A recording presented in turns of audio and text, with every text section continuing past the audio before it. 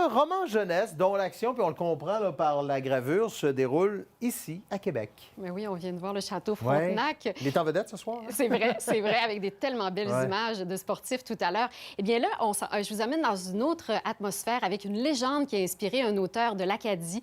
Il s'appelle Denis Boucher et c'est le 9e tome d'une série qui s'intitule Les Trois Mousquetaires qui se déroule ici, chez nous. C'est d'ailleurs la première fois qu'un des livres de cette série se déroule en dehors de l'Acadie et il s'est inspiré plus précisément d'une légende.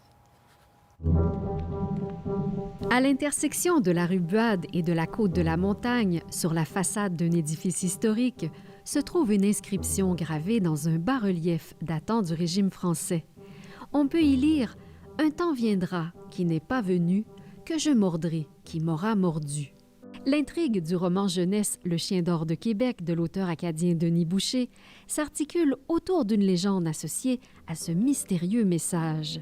Quand on a décidé de faire une aventure qui allait se passer à l'extérieur du Nouveau-Brunswick, on a évidemment pensé au Québec. Puis je suis allé voir les différentes légendes qui existent au Québec.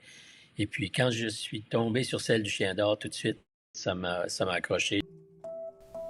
Pour leur première enquête à Québec, les Trois Mousquetaires, héros de ce récit d'aventure, visitent plusieurs lieux bien connus de la ville.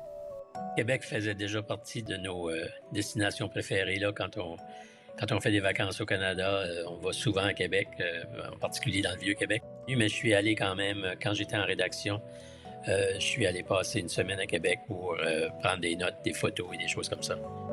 Le roman contient plusieurs illustrations du BDiste Paul Roux. Réalisées dans les marges, elles contribuent à rendre le récit dynamique. C'est une espèce d'un hybride entre un roman puis une bande dessinée. On parle de l'histoire de Québec et on parle aussi de la légende du Chien d'or. Alors, je pense qu'il y a peut-être même 2 chapitres qui expliquent la légende. Dans le roman, il y a un des personnages, c'est un expert justement. Il a fait sa thèse de maîtrise sur le Chien d'or. Alors, il explique en détail d'où ça vient. Ce roman d'aventure, nourri d'histoire et de fantastique, s'adresse particulièrement aux lecteurs de 9 à 12 ans. Mais gageons que d'autres lecteurs seront aussi curieux d'en apprendre plus sur cette légende.